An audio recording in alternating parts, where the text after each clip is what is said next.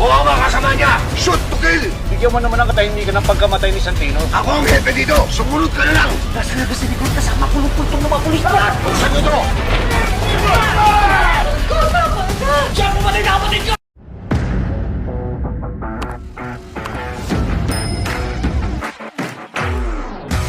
Tahimik na kinausap ni Miguelito si Jackie. Halatang mabigat ang loob niya. Namumuo ang luha sa kanyang mga mata habang nagpapasalamat na hindi siya iniwan ni Jackie hanggang sa huli. Para kay Miguelito, bihira ang taong nananatili kapag nagkakagulo na ang lahat. Sinagot naman siya ni Jackie ng buong tapang. Sinabing kahit ano pa ang mangyari, ipaglalaban niya si Miguelito at sasamahan niya ito hanggang dulo. Sa kabilang silid, abala si Roberto sa pakikipag-usap sa isang tao. Mariin niyang tinatanong kung nailabas na ba ang pera niya sa bangko. Para sa kanya, hindi pwedeng ma-freeze ang kanyang mga account. Hindi pa tapos ang laban nila laban kay Tanggol at kailangan niya ng pondo para ipagpatuloy ang digmaan. Sa isang payak na bahay, abala sa pagsasaing ang nanay ni Enteng. Tahimik ang paligid hanggang sa biglang may isang lalaki ang lumitaw sa likuran niya. Napasigaw siya sa gulat, halos mabitawan ang hawak na sandok. Nanginginig ang kanyang mga kamay habang humarap sa lalaki. Hindi niya inaasahang may biglang susulpot sa loob ng kanyang bahay. Kabado at takot, napatanong siya kung sino ito at kung ano ang pakay niya. Ramdam sa kanyang mukha ang pangamba. Lalo na't hindi niya alam kung may masamang balak ang lalaking biglang dumating. Pagkapasok ni Rigor sa pintuan ng lamay ni Santino, agad siyang sumigaw, inuutos na ilabas si Tanggol. Uminit agad ang paligid.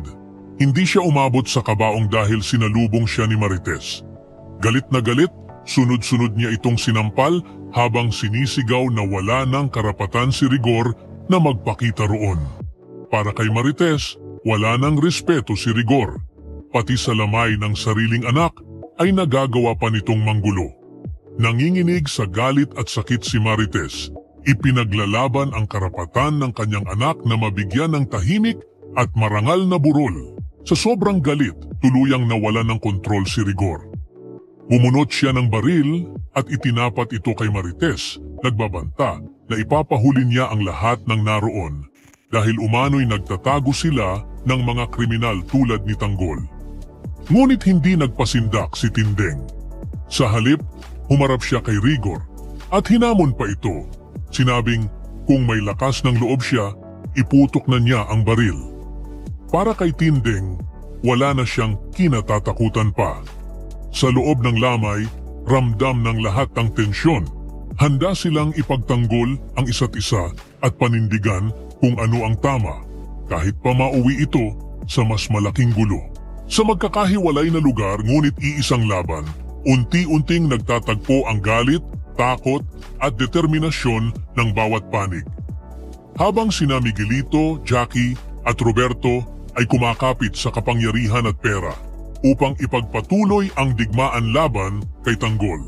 Ang mga inosente tulad ng nanay ni Enteng ay nagsisimula ng madamay sa lumalawak na anino ng karahasan. Sa lamay ni Santino, tuluyan nang nabura ang hangganan ng respeto at pagkatao nang harapin ni Rigor ang sariling pamilya sa gitna ng galit at baril. Ang tapang ni Marites at Tindeng ay nagsilbing huling harang laban sa tuluyang pagkawasak ng dangal at katahimikan ng lamay. Sa puntong ito, malinaw na ang laban ay hindi na lamang tungkol sa paghihiganti o kapangyarihan. Isa na itong sagupaan ng konsensya at kasamaan.